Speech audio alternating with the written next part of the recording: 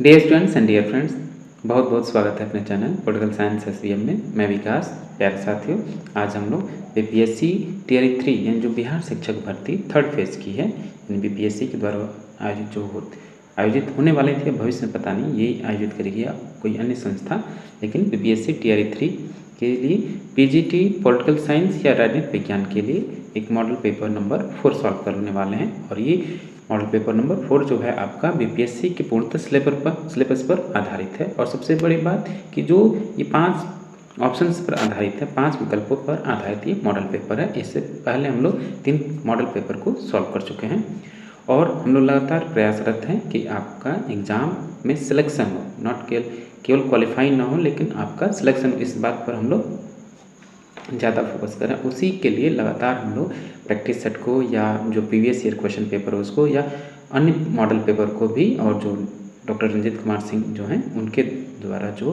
Practice set तैयार किया है उसको भी हम लोग सॉल्व करें। लगातार आप लोगों से हम लोग जुड़े हैं इस आधार पर कि आपका सिलेक्शन हो, इसलिए हम भी मेहनत करें और आप भी लगातार मेहनत करते रहिए, ज़रूर आपका सिलेक्शन होगा। देखिए, जो लोग भी स्टेट क्वालिफाइड बचे हैं, ठीक, और लगभग एक सीट पे 3 लोगों का इस बार होगा, और इस बार अगर आपका नहीं होगा तो TRE 4 जो आने वाला है उसमें तो नहीं होगा, क्योंकि नए स्टेट के कैंडिडेट उसमें शामिल हो जाएंगे और जो आपकी जो कंपटीशन लेवल है वो ज़्यादा कई गुना हो जाएगा। तो सुनहरा अवसर एक बार फिर आपके पास है कि आप तैयारी करके आप अपना एक सीट पक्का कर लें।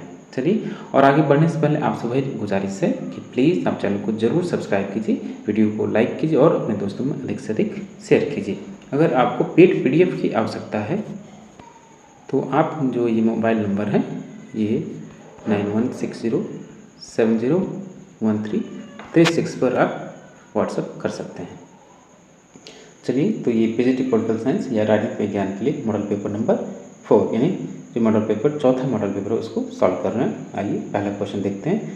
प्लीज़ अगर अब तक आपने चैनल को सब्सक्राइब नहीं किया तो प्लीज़ आप जल्दी से जल्दी सब्सक्राइब कर लीजिए, क्योंकि आपको तो लाभ का मतलब कि लाभ ही हुआ, कोई नुकसान नहीं होगा। अगर आप रेगुलर विजिट करेंगे तो ज़रूर आपका लाभ होगा। हम लोग भी प्रयासरत हैं कि आपका एक सीट आपके लिए सुरक्षित हो। चलिए, पहला क्वेश्चन है कि हॉब्स ने अपने वैज्ञानिक भौतिकवाद के अंतर्गत किसकी सहायता से व्यक्ति की प्रकृति का विश्लेषण प्रस्तुत किया।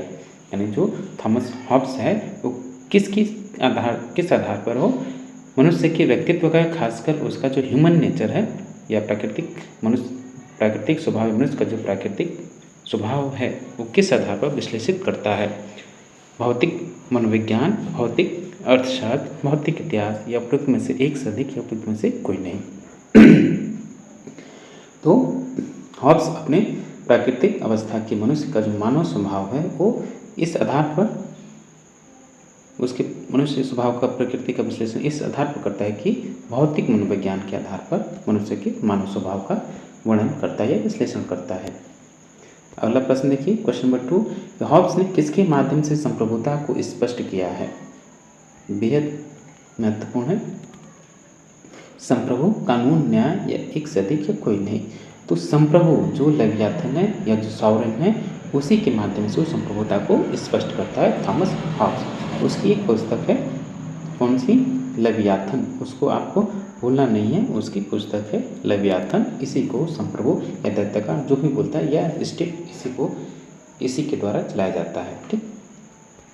क्वेश्चन नंबर 3 है, हॉब्स के राज्य का उद्देश्य क्या है। भौतिक एवं यथार्थवादी, परंपरागत एवं ऐतिहासिक, भौतिक एवं अनुभववादी। देखिए रिपीट हो गया दोनों ऑप्शन। तो हॉब्स का जो राज्य का उद्देश्य है वो है एक तो भौतिक एवं यथार्थवादी। ठीक, ऑप्शन ए राइट आंसर होगा। नेक्स्ट क्वेश्चन है, क्वेश्चन नंबर 4 कि हॉब्स की प्राकृतिक अवस्था के संबंध में क्या सही है। यानी हॉब्स का जो स्टेट ऑफ नेचर है उसके बारे में क्या सही है, पूछ रहा है ये कि प्राकृतिक अवस्था में मनुष्य सहनशील एवं परोपकारी था, बिल्कुल नहीं। प्राकृतिक अवस्था में अवस्था सामाजिक थी, बिल्कुल नहीं, असामाजिक थी। प्राकृतिक अवस्था अराजनीतिक थी, ये कह सकते हैं। हाँ, हॉब्स की जो प्राकृतिक अवस्था है अराजनीतिक थी, न तो समाज था न ही राजनीतिक व्यवस्था थी। लेकिन जब आप लॉक के समझौते में आएंगे वो कहता है सामाजिक अवस्था तो थी लेकिन राजनीतिक अवस्था नहीं थी, याद रखिए। तो इसलिए हॉब्स का जो सामाजिक समझौता है पूर्व सामाजिक और पूर्व राजनीतिक दोनों हैं, लेकिन लॉक का जो सामाजिक समझौता है वो केवल पूर्व राजनीतिक है, न कि पूर्व सामाजिक। ये याद रखिएगा। एक कॉमन सा प्रश्न है, तो आप इसको यही समझ लीजिए। प्राकृतिक अवस्था हॉब्स के अनुसार अराजनीतिक थी, क्योंकि वहाँ किसी प्रकार का राज्य द्वारा संचालित नियम कानून नहीं था, यह राज्य नहीं था, राज्य कंसेप्ट नहीं था। तो ऑप्शन सी राइट आंसर होगा। नेक्स्ट क्वेश्चन है क्वेश्चन नंबर 5। हॉब्स का लेवियाथन राजनीतिक दर्शन की श्रेष्ठ कृति है, यह कथन किसका है? हॉब्स का जो लेवियाथन है राजनीतिक दर्शन की सर्वोत्कृष्ट रचना है, किसका कथन है? ये कथन है आपका, देखिए, वॉगन, मोरे, ऑक्सफोर्ड, एक से अधिक कोई नहीं। तो ये कथन है आपका माइकल ऑक्सफोर्ड का। ऑप्शन सी राइट आंसर होगा। ये भी क्वेश्चन बेहद महत्वपूर्ण है। लॉक की प्राकृतिक अवस्था की विशेषताओं के संबंध में क्या सही नहीं है, क्या सत्य नहीं है, ये आपको बताना है। लॉक किस प्राकृतिक अवस्था की विशेषता क्या नहीं है? तो लॉक की प्राकृतिक अवस्था राजनीतिक क्रियाकलापों से संपन्न थी। बिल्कुल नहीं। अब मैं इसी की चर्चा कर रहे थे हम लोग कि जो लॉक की प्राकृतिक अवस्था है उसमें राजनीतिक क्रियाकलाप नहीं था, यानी विधायिका, कार्यपालिका और न्यायपालिका तीनों का अभाव था। वो इस बात की रचना, यानी सरकार का जो है वो अभाव था। तो पहला ही गलत हो गया। प्राकृतिक अवस्था सामाजिक थी, सत्य है। प्राकृतिक अवस्था शांत थी, सदिच्छा, पारस्परिक सहयोग और संरक्षण की अवस्था थी, ये सही है। ठीक। तो इसमें क्या सही नहीं था लॉक के अनुसार? तो ए सही होगा, क्योंकि कहता है कि राजनीतिक क्रियाकलापों से संपन्न थे, वो कहता है राजनीतिक क्रियाकलापों से संपन्न नहीं थी। तो ऑप्शन ए राइट आंसर होगा। अगला प्रश्न देखिए क्वेश्चन नंबर 7। लॉक ने निम्नलिखित में से किस प्राकृतिक अधिकार की चर्चा नहीं की है? किस प्राकृतिक अधिकार की चर्चा लॉक ने नहीं की है? जीवन का अधिकार, स्वतंत्रता का अधिकार, संपत्ति का अधिकार, प्रयुक्त में से एक से अधिक, प्रयुक्त में से कोई नहीं। तो लॉक ने किस प्राकृतिक अधिकार की चर्चा नहीं की है? तो 3 प्राकृतिक अधिकारों की बात करता है, जीवन, स्वतंत्रता, ठीक, और संपत्ति। और संपत्ति में ही इन दोनों को शामिल मानता है वो, इसलिए तीनों हैं उसके। तो आपसे पूछा नहीं किया है, इसमें से कोई नहीं आंसर होगा, ऑप्शन ए। Question number 8। किसका कथन कि राज एक सकारात्मक अच्छाई है? बेहद महत्वपूर्ण कोट है। सुकरात, अरस्तु, प्लेटो, या उपयुक्त में से एक से अधिक, या उपयुक्त में से कोई नहीं। तो राज्य जो है एक सकारात्मक अच्छाई है, किसका कोट है ये? कथन है आपका अरस्तु है। ऑप्शन बी राइट आंसर होगा। Question number 9। किसने लॉक की प्राकृतिक अवस्था को अस्पष्ट प्राकृतिक अवस्था कहा है? ऑक्सफोर्ड, मैकफर्सन, मेडिसन, एक से अधिक कोई नहीं। तो लॉक की प्राकृतिक अवस्था को अस्पष्ट प्राकृतिक अवस्था करने वाले से भी मैकफर्सन है। Question number 10। व्यक्ति की स्वतंत्रता का दूत किसे कहा गया? व्यक्ति की स्वतंत्रता का दूत, यानी व्यक्ति की स्वतंत्रता का सर्वाधिक प्रबल समर्थक कौन था? तो आपको बिना ऑप्शन देखे बता देना चाहिए, John Stuart Mill. On liberty इसकी पुस्तक है, रिप्रेजेंटेटिव गवर्नमेंट भी इसकी पुस्तक है। ऑप्शन बी राइट आंसर होगा। Question number 11। मिल ने किस शासन को सर्वश्रेष्ठ शासन माना है? ठीक, यानी किस शासन व्यवस्था को सर्वश्रेष्ठ शासन मानता है? जॉन स्टुअर्ट मिल या जे.एस. मिल। प्रतिनिधि शासन, लोकतंत्र शासन या अभिजात शासन? तो प्रतिनिधि शासन यानी रिप्रेजेंटेटिव गवर्नमेंट को सर्वश्रेष्ठ शासन मानता है। Question number 12। मिल ने स्वतंत्रता की अवधारणा का समर्थन किस आधार पर किया है? तो मिल ने स्वतंत्रता की अवधारणा का समर्थन किस आधार पर किया है? ऐतिहासिक, अनुभविक या दार्शनिक? तो दार्शनिक आधार पर समर्थन किया है। 13 देखिए, किसका कथन है कि सामान्य हित सामान्य चेतना का सामान्य इच्छा है? सामान्य हित सामान्य चेतना की सामान्य इच्छा किसका कथन है? ग्रीन, वेबर, रूसो, एक से अधिक या कोई नहीं। तो ये कथन आपका जीन जैक रूसो का है। सोशल कॉन्ट्रैक्ट इनकी पुस्तक है। सामाजिक समझौता की में तीसरे पैदान पर आते हैं। 3 महत्वपूर्ण विचारकों में तीसरे हैं, और ये लोकप्रिय संप्रभुता के समर्थक हैं। ये प्रश्न आपसे पूछा जाता है। 14। रूसो ने संप्रभुता को किसमें निहित माना है? संप्रभुता को रूसो ने किसमें निहित माना है? राज्य में, सामान्य इच्छा में, जनता में, एक से अधिक या किसी में नहीं। ऑप्शन ए किसमें नहीं? तो रूसो ने संप्रभुता को सामान्य इच्छा में शामिल माना है। और इनकी पुस्तक आपको याद रखना है, इमाइल। ठीक, ये पुस्तक शिक्षा से संबंधित है। प्लेटो से प्रभावित होकर, उसकी शिक्षा व्यवस्था से प्रभावित होकर उसने नई शिक्षा व्यवस्था की रचना कर दी, जो इमाइल उसकी पुस्तक में शामिल है। रूसो ने स्वतंत्रता को कौन सा दृष्टिकोण प्रस्तुत किया है? तटस्थात्मक, सकारात्मक, नकारात्मक, एक से अधिक या कोई नहीं। तो रूसो ने सकारात्मक स्वतंत्रता का दृष्टिकोण का प्रस्तुत किया। सकारात्मक, रूसो ने सकारात्मक स्वतंत्रता का दृष्टिकोण प्रस्तुत किया है। 16 देखिए, रूसो की सामान्य इच्छा की विशेषता कौन सी है? सामान्य इच्छा अस्थायी है, सामान्य इच्छा निरंकुश है, सामान्य इच्छा कल्याणकारी है, सामान्य इच्छा नागरिक समाज का आधार है। इनमें से कौन सा विशेषता उसकी होगी? ऑप्शन देखिए, 1, 2, 2, 3, 2, 3, 4, एक से अधिक या कोई नहीं। वैसे तो इसका ऑप्शन देखिए एक से अधिक हो भी सकता है। याद रखना, सामान्य इच्छा अस्थायी नहीं बल्कि स्थायी, ये तो गलत है। सामान्य इच्छा निरंकुश है, सही है। सामान्य इच्छा कल्याणकारी है, सही है। सामान्य इच्छा नागरिक समाज का आधार है। 3 ऑप्शन सही है, एक को छोड़ के। तो आप इसका जो ऑप्शन 2, 3, 4 है वो भी टिक कर सकते हैं। ठीक, और एक से अधिक भी। ठीक। क्वेश्चन नंबर 17 कि हीगल ने स्वतंत्रता संबंधी अवधारणा को किससे ग्रहण किया है? हॉब्स तथा लॉक, रूसो तथा कांट, मिल तथा बेंथम, उपयुक्त में से एक से अधिक या उपयुक्त में से कोई नहीं। हीगल ने स्वतंत्रता संबंधी अवधारणा को रूसो तथा कांट से ग्रहण किया है। 18 देखिए, सुखों में मात्रात्मक भेद के साथ गुणात्मक भेद किसने माना है? बेंथम, मिल या लॉक, या उपयुक्त में से एक से अधिक कोई नहीं।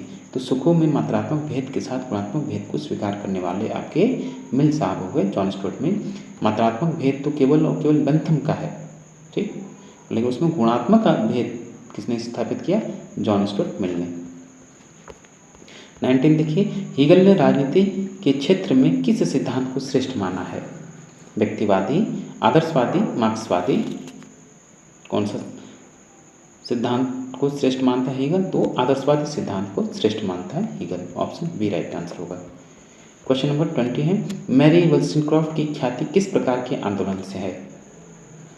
जातिवादी आंदोलन, नारीवादी आंदोलन, धार्मिक आंदोलन, एक से अधिक या कोई नहीं। मैरी वोल्सनक्रॉफ्ट का जो संबंध है वो उनकी ख्याति जो संबंधित है नारीवादी आंदोलन से संबंधित है। Indication of the rights of the women इनकी। क्वेश्चन नंबर 21 कि रूसो ने कितने प्रकार की शासन प्रणालियाँ मानी हैं?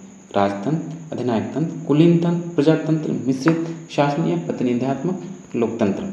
ठीक, अब आपको ऑप्शन इसमें बताना है।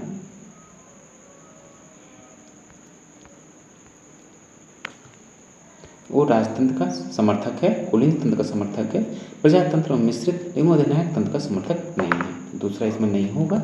तो आप इसलिए ऑप्शन ये जानबूझ के दिया गया है अलग से कि आप एक से अधिक इसमें शामिल नहीं किया गया अलग से, क्योंकि फिर जो क्वेश्चन का आंसर होगा फिर वो वेरी करने लगता है। तो 1, 3, 4, 5। ठीक। क्वेश्चन नंबर 22, रूसो की समान इच्छा का अर्थ क्या है? रूसो की समान इच्छा का क्या अर्थ है, ये आपसे पूछा जाता है। वास्तविक इच्छा, इच्छाओं का सर्वयोग, यथार्थ इच्छा, एक से अधिक, इनमें से कोई नहीं।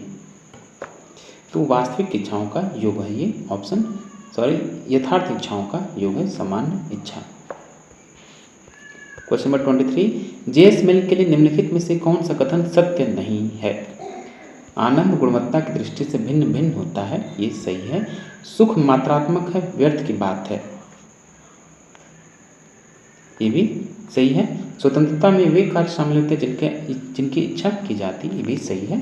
तीनों कथन सही है। तो ये राइट आंसर होगा कि ऊपर में से कोई कथन सत्य नहीं है, सभी सत्य हैं। नेक्स्ट क्वेश्चन है, इसका आंसर हो गया। हाँ, क्वेश्चन नंबर 24, हीगल की द्वंद्वात्मक पद्धति थी। जो हीगल का द्वंद्वात्मक पद्धति है क्या थी? राजनीति के विज्ञान का निर्माण करना, ज्ञान की दार्शनिक विधि को स्वीकार करना, प्रतिवाद की समस्या सुलझाना। याद रखिएगा, बेहद महत्वपूर्ण है। हीगल की द्वंद्वात्मक पद्धति क्या थी? वो थीसिस, एंटीथेसिस और सिंथेसिस की बात करता है। वाद, प्रतिवाद और संवाद की बात करता है। ठीक, इसी को डायलेक्टिकल मेथड बोलता है। तो क्या था उसका द्वंद्व पद्धति क्या थी? प्रतिवाद की समस्या सुलझाना, सी राइट आंसर होगा। अगला प्रश्न है 25, J.S. मिल ने स्त्री पुरुष संबंध का आधार किसे माना है? मैत्री, प्रभुत्व, लिंग या उपयुक्त में से एक से अधिक कोई नहीं। तो मैत्री को स्त्री पुरुष का संबंध का आधार मानता है John Stuart Mill. Question number 26, निम्न में से कौन सी किताब J.S. मिल ने नहीं लिखी है? तो ऑन लिबर्टी उनकी पुस्तक है, यूटिलिटेरियनिज्म उनकी पुस्तक है, सब्जेक्शन ऑफ उनकी पुस्तक है। ठीक, यानी इसका राइट आंसर होगा ऑप्शन डी, एक से अधिक। क्वेश्चन नंबर 27 कि हीगल के राज्य की विशेषता निम्नलिखित में से कौन सी नहीं है? हीगल के राज्य की विशेषता कौन सी नहीं है? राज्य का स्वरूप सावयव है, राज्य सही है, राज्य दैवी सत्ता है। ठीक, राज्य साधन है, साध्य नहीं, बिल्कुल नहीं। हीगल के का जो राज्य है वो साध्य और व्यक्ति साधन है, ये सी गलत हो जाता है, तो ऑप्शन सी राइट आंसर होगा। अगला प्रश्न है क्वेश्चन नंबर 28, निम्न में से कौन सी किताब रूसो द्वारा नहीं लिखी गई है? कन्फेशन,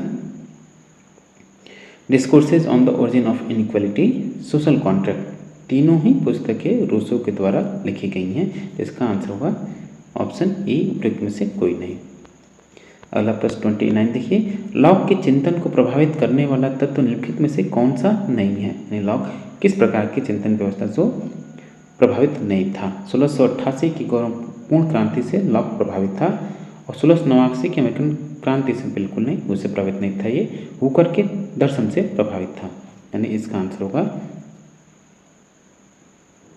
ऑप्शन नंबर बी, वो अमेरिकी क्रांति से प्रभावित नहीं था, तो बी राइट आंसर होगा। क्वेश्चन नंबर 30 देखिए, हॉब्स का राजनीतिक दर्शन आधारित है, किस पर आधारित है? द्वंद्वात्मक भौतिकवाद पर, वैज्ञानिक भौतिकवाद पर, नीतिपरक सिद्धांतों पर, या उपयुक्त में से एक से अधिक, या उपयुक्त में से कोई नहीं। हॉब्स का दर्शन जो है किस पर आधारित है?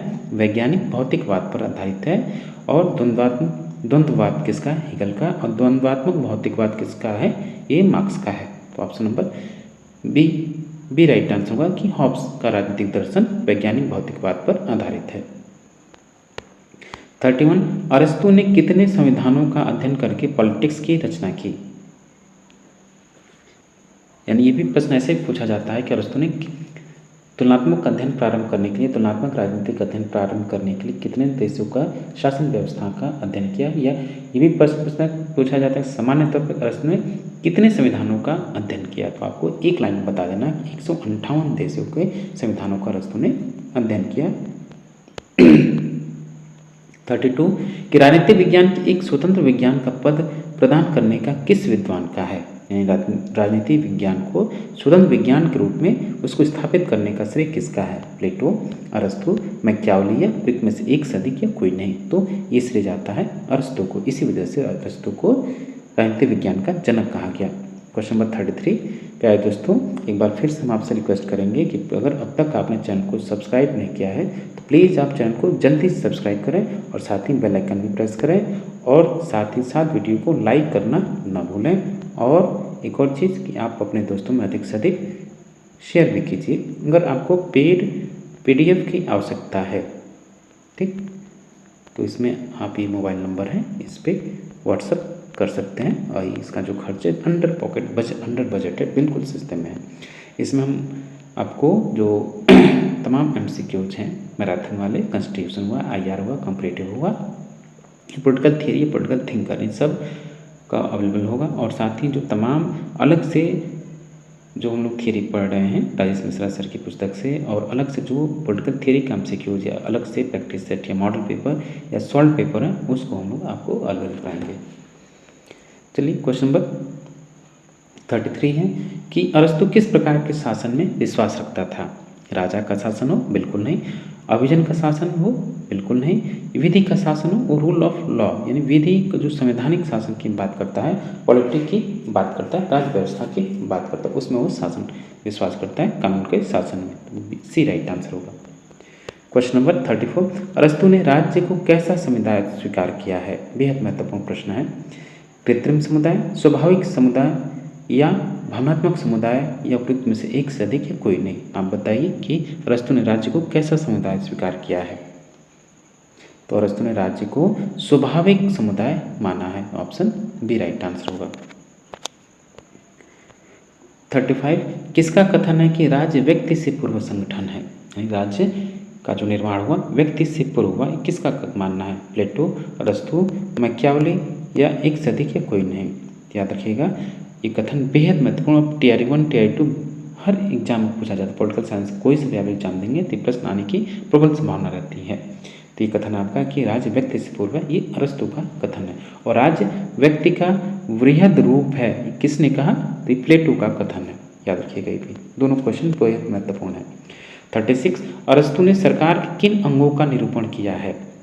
किन अंगों का निरूपण किया है?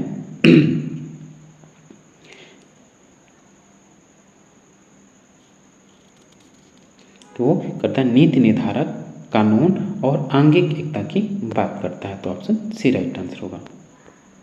क्वेश्चन नंबर 37 अरस्तु ने राज्य का उद्देश्य क्या बताया है? अरस्तु के अनुसार राज्य का अंतिम उद्देश्य क्या है? अंतिम नहीं, उद्देश्य क्या है? या राज्य का निर्माण क्यों हुआ? ये क्या कहना चाहता है? आत्मा की शुद्धि के लिए, सर्वोच्च अच्छाई की प्राप्ति के लिए, सद्गुणों की विवेचना के लिए, या एक सदी या कोई नहीं।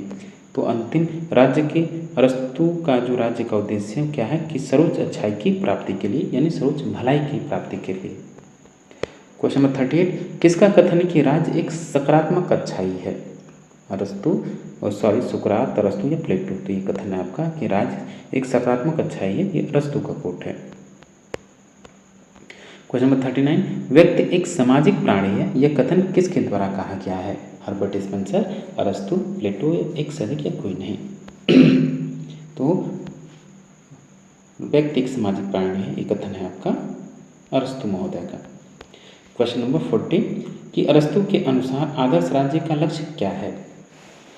प्यारे दोस्तों, अगर आप बीपीएससी, पीजीटी, पॉलिटिकल साइंस की तैयारी कर रहे हैं या इसके साथ आप DSSB की तैयारी कर रहे हैं या यूपी टीजीटी या यूपी पीजीटी या नेट की तैयारी करें, तो उसके लिए भी बेहद महत्वपूर्ण है। और हम लोग उस आधार पे जो बीपीएससी जिस लेवल पे प्रश्न पूछे या जिस डिफ़िकल्टी लेवल का यूज़ करा, उस आधार पर हम लोग पेपर का मॉडल पेपर का निर्माण करें। उसी डिफ़िकल्टी लेवल पर आधारित, उसी के सिलेबस पैटर्न पर आधारित और एनसीईआरटी के पैटर्न पर फोकस करके हम लोग तमाम प्रैक्टिस सेट, सॉल्व पेपर और ये मॉडल पेपर आपको अवेलेबल करा रहे हैं, ताकि आपकी एक सेट सुरक्षित हो सके और आपका सिलेक्शन हो एकदम। चलिए, अरस्तु के अनुसार कि आदर्श राज्य का लक्ष्य क्या है? तो अरस्तु के अनुसार जो आदर्श लक्ष्य है आप बताइए।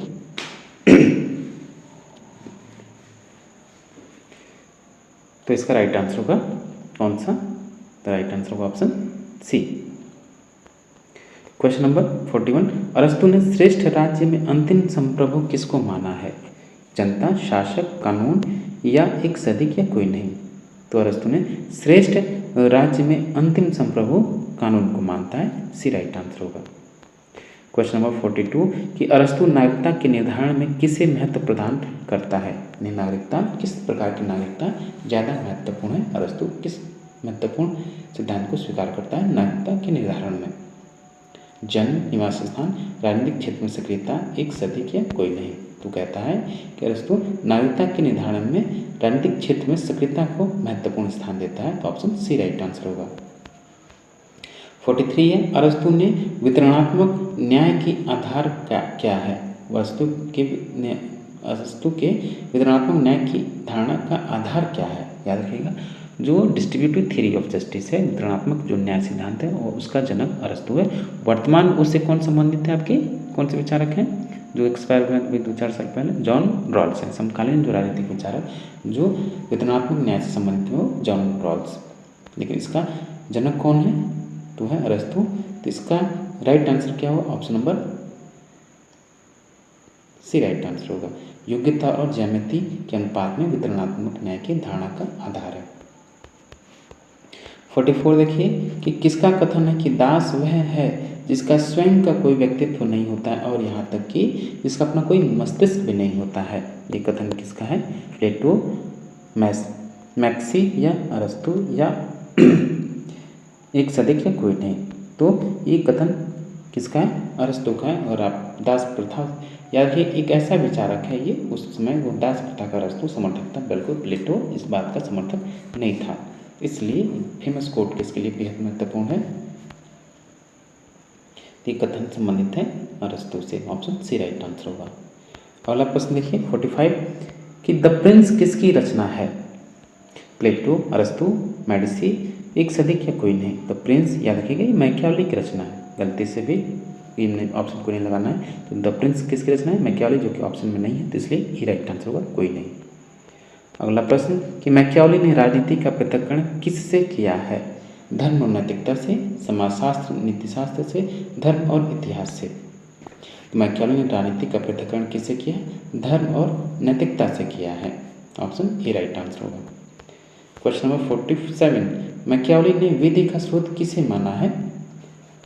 ईश्वर, प्रकृति, विधि निर्माता या एक सदिक या कोई नहीं। तो मैकियावेली ने विधि का स्रोत विधि निर्माता को माना है। 48 मैकियावेली ने किस प्रकार की सेना के गठन पर बल दिया है? परंपरागत सेना, भाड़े की सेना, राष्ट्रीय सेना या एक सदिक या कोई नहीं। मैकियावेली ने राष्ट्रीय सेना के गठन पर अधिक बल दिया। 49 देखिए मैकियावेली को प्रथम आधुनिक राजनीतिक विचारक किसने कहा है? डनिंग, मैक्सी, बार्कर, एक सदिक या कोई नहीं। बेहद महत्वपूर्ण क्वेश्चन है ये, बार बार आपसे पूछा जाता है कि मैकियावेली को प्रथम आधुनिक राजनीतिक विचारक किसने कहा? तो मैक्सी ने कहा है। ऑप्शन बी राइट आंसर होगा। अगला प्रश्न 50 मैकियावेली को अपने युग का शिशु किसने कहा? बेहद महत्वपूर्ण क्वेश्चन है भी, बार बार आपसे पूछा जाता है, आप लोग पढ़ लेंगे तो कॉमन होगा। WT जोन्स, अरस्तु, डनिंग, एक सदिक या कोई नहीं। तो मैकियावेली को अपने युग का शिशु कहने वाले कौन हैं? तो हैं आपके डनिंग महोदय। ऑप्शन सी राइट आंसर होगा। आपको सपने में भी इसको नहीं भूलना है। 51 देखिए मैकियावेली ने अपने ग्रंथ द डिस्कोर्सेस में किस प्रकार के शासन के संबंध में विचार व्यक्त किए हैं? गणतंत्री, राजतंत्री, कुलीनतंत्री, एक सदिक या कोई नहीं। तो जो मैकियावेली है वो तो पहली बात गणतंत्रात्मक शासन की व्यवस्था का समर्थक है वो। तो डिस्कोर्सेस में इस बात का उल्लेख लिखता है कि शासन जो होना चाहिए, सरकार होना चाहिए, गणतंत्र प्रकार का होना चाहिए। ऑप्शन ए राइट आंसर होगा। ये गणतंत्री शासन प्रणाली का मैकियावेली समर्थक है।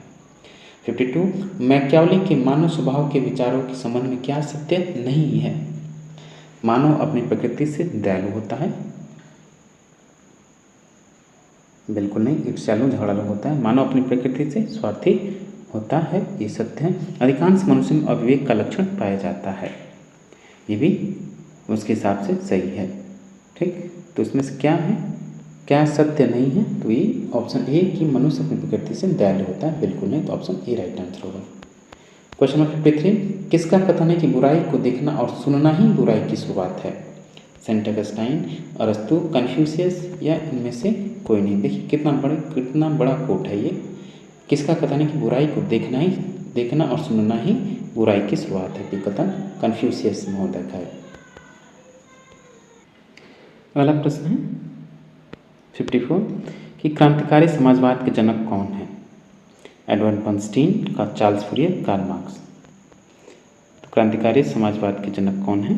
तो इसके जनक हैं Karl Marx. Option C right answer होगा। अगला प्रश्न 55 J.S. मिल ने स्त्री पुरुष का संबंध का आधार किस माना? ये क्वेश्चन रिपीट हो गया है, तो इसका आधार आपने ऑलरेडी इसका आंसर दे दिया है, तुरंत आंसर दे दीजिए आप इसका। तो ऑप्शन ए राइट आंसर होगा, मैत्री। अगला प्रश्न 56 नारीवादी आंदोलन का मूल आधार क्या है?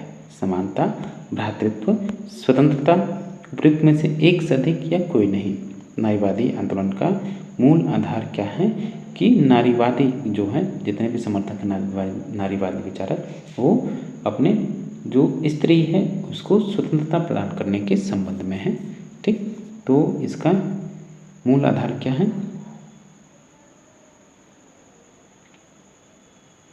तो स्त्री पुरुष को समानता की बात करते हैं। ऑप्शन ए राइट आंसर होगा, समानता।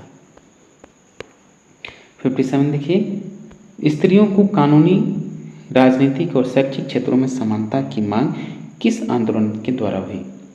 नारीवादी, उदारवादी, परंपरावादी, एक से अधिक या कोई नहीं। तो इसकी मांग की स्त्रियों की कानूनी और राजनीतिक और शैक्षिक क्षेत्रों में समानता की मांग नारीवादी आंदोलन की शुरुआत से हुई। अगला प्रश्न 58 स्त्री मताधिकार पर बल किस विद्वान द्वारा दिया गया? बेंथम, मिल, अरस्तु, एक से अधिक या कोई नहीं। बेहद महत्वपूर्ण है, TRE 2 और 1 दोनों का प्रश्न है। कि स्त्री मताधिकार का वकालत किसने किया, तो इसके बाद इसकी शुरुआत मिल के द्वारा की गई। 59 फेबियन समाजवाद की स्थापना किसके शिष्यों द्वारा की गई है, Thomas Paine, Thomas Davidson, Pethick, Lawrence, उपयुक्त में से एक से अधिक या कोई नहीं। तो थॉमस पेन के शिष्यों के द्वारा फेबियन समाजवाद की स्थापना की गई, ऑप्शन ए राइट आंसर होगा। क्वेश्चन नंबर 60 देखिए, उपयुक्त में से 60 फेबियन समाजवाद का मूल मंत्र क्या है, धैर्य मानवीय सद्गुण है, उपयुक्त क्षण के लिए धैर्यपूर्वक प्रतीक्षा करनी चाहिए, उपयुक्त समय धैर्य रखने पर ही आता है, एक से अधिक या कोई नहीं। तो फेबियन समाजवाद का मूल मंत्र क्या है कि उपयुक्त क्षण के लिए धैर्यपूर्वक प्रतीक्षा करनी चाहिए, बी राइट आंसर होगा। 61 the elements of social justice के लेखक कौन है, बेहद महत्वपूर्ण पुस्तक है। पहले दोस्तों फिर से हम आपसे कहेंगे, अगर आप पीजीटी पोलिटिकल साइंस की तैयारी कर रहे हैं तो ये मॉडल पेपर आपके लिए बेहद महत्वपूर्ण साबित होने वाला है, चाहे तो आप देख सकते हैं और आपको लग भी गया होगा कि जो क्वेश्चन हैं बेहद महत्वपूर्ण है। ठीक, तो आप इसको अच्छे से सॉल्व कीजिए और अब तक अगर आपने चैनल को सब्सक्राइब नहीं किया है तो प्लीज़ चैनल को सब्सक्राइब कीजिए और अपने दोस्तों में बिना कहे शेयर कीजिए। हम लोग कोई एकदम धन उगाही वाले काम नहीं कर रहे हैं या कोई बिजनेस नहीं कर रहे हैं, बिल्कुल नहीं। हम उन लोगों के लिए समर्पित हैं जो लोग किसी वजह से मुख्य धारा में नहीं आ पा रहे हैं या उनको अच्छा बेहतर कंटेंट नहीं मिल पा रहा है, पढ़ना तो चाहते हैं, मेहनत तो करें, लेकिन बेहतर कंटेंट अवेलेबल नहीं होने के कारण उनका सिलेक्शन नहीं हो पा रहा, उनके लिए हम लोग हैं। बाकी आप जिस किसी भी चैनल पर देख रहे हैं तो केवल लोग दावा करते हैं, आप उनका देखेंगे तो केवल कॉन्स्टिट्यूशन पढ़ा देंगे, थोड़ा सा पॉलिटिकल थियरी पढ़ा देंगे, बस बाकी उस सेक्शन को टच ही नहीं करते हैं। इस अधिकतर चैनल यूट्यूब चैनल पे है, यही काम है। ठीक, और कहेंगे दावा करेंगे नहीं पूरा मेरे ही उससे आया, मेरा पूरा पढ़ाया हुआ मेरे ही उससे आया, तो बाकी लोग क्या कर रहे थे और आप क्या कर रहे थे।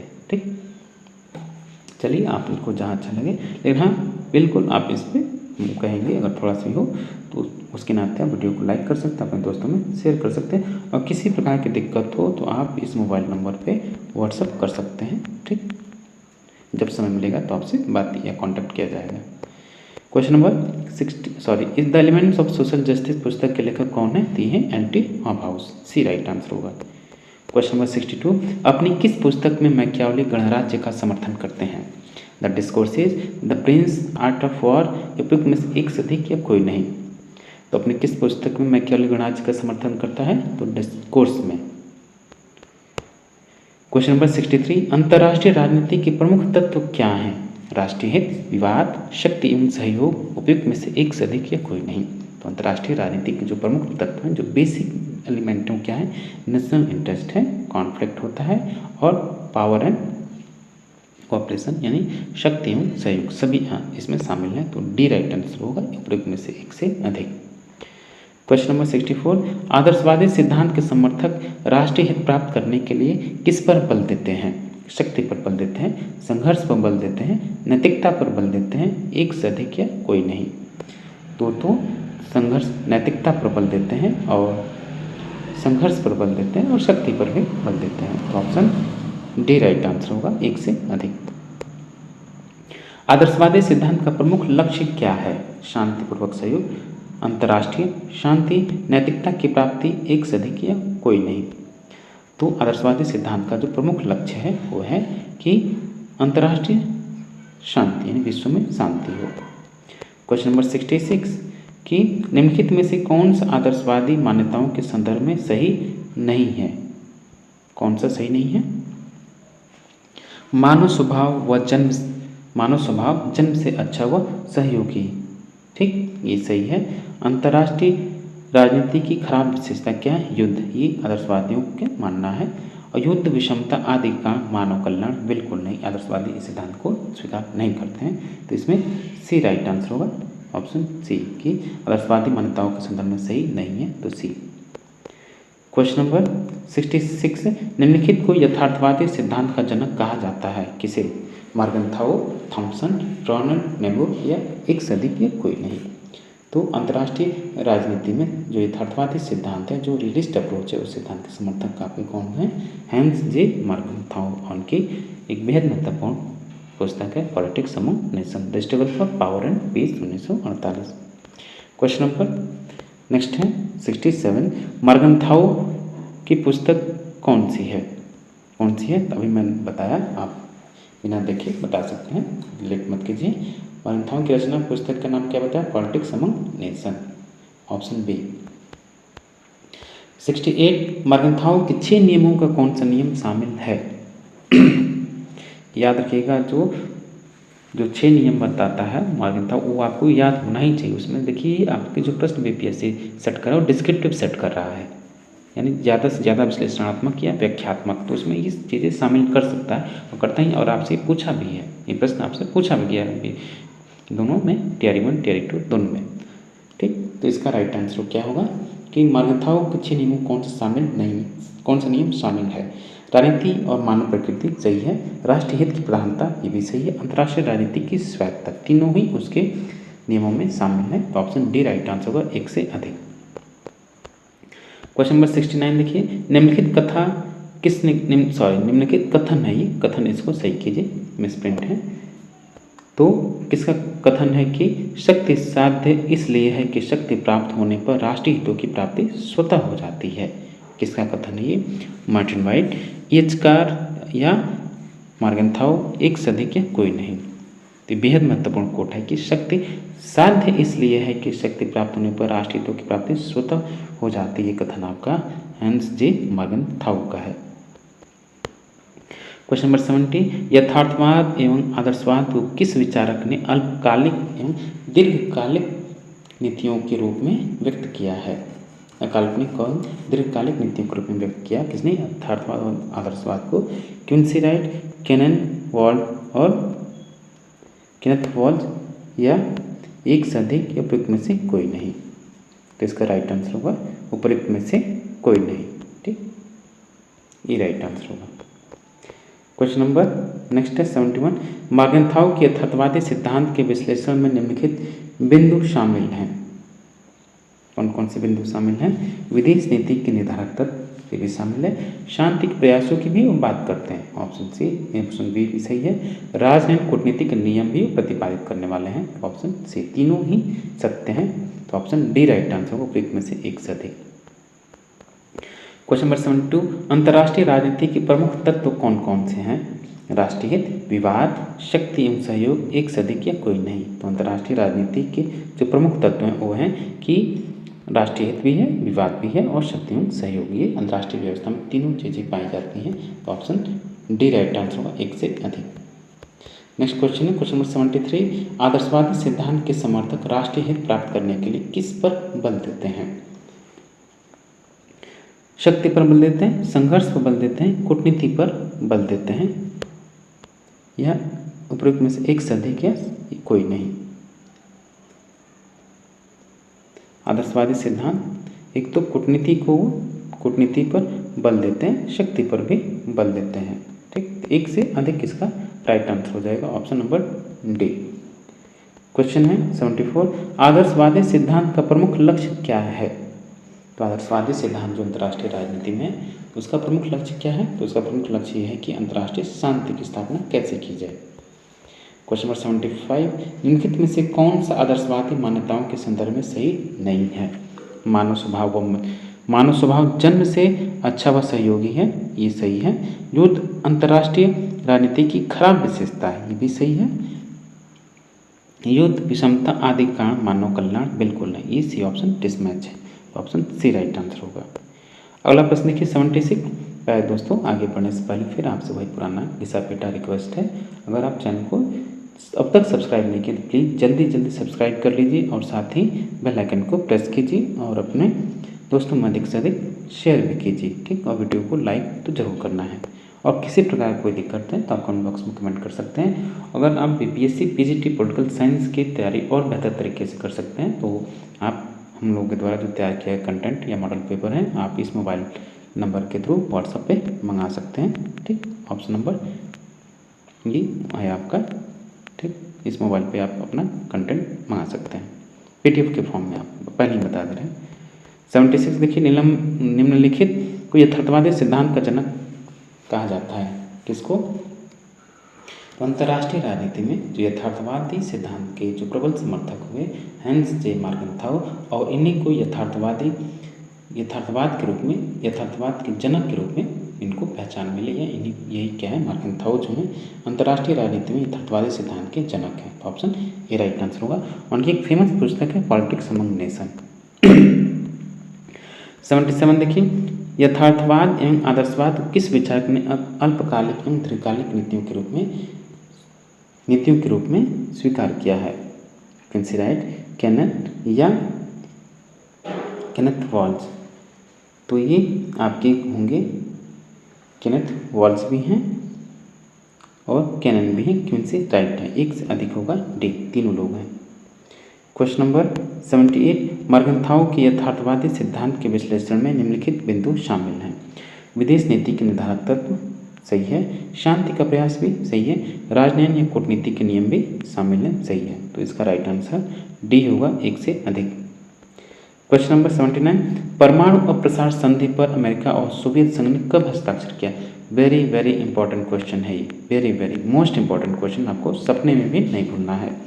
तो परमाणु संधि पर हस्ताक्षर अमेरिका और सोवियत संघ के द्वारा कब किया गया? 1971 के पूर्व, 1971 के पश्चात या 1975 के पश्चात, एक से अधिक या कोई नहीं। तीन दोनों के मध्य जो समझौता हुआ 1971 के पूर्व, ऑप्शन ए राइट आंसर होगा। और देखिए लास्ट क्वेश्चन है इस मॉडल पेपर का, प्रैक्टिस सेट का, जो कि बीपीएससी पीजीटी पॉलिटिकल साइंस के लिए और डीएसएसबी के लिए भी है, और आप अलग से किसी पॉलिटिकल साइंस का एग्जाम देते हैं तो उसके लिए भी बेहद महत्वपूर्ण है। क्वेश्चन नंबर 80 देखिए कि लेनिन का मार्क्सवाद मार्क्स के सिद्धांतों की दृढ़ता में एवं कट्टरतम स्वीकृति होने के साथ परिस्थितियों के अनुसार इन सिद्धांतों की स्वतंत्रता बदलती हुई व्यवस्था में है। बदलती हुई व्यवस्था में स्वतंत्रता, यह कथन किसका है? ऑप्शन देखिए,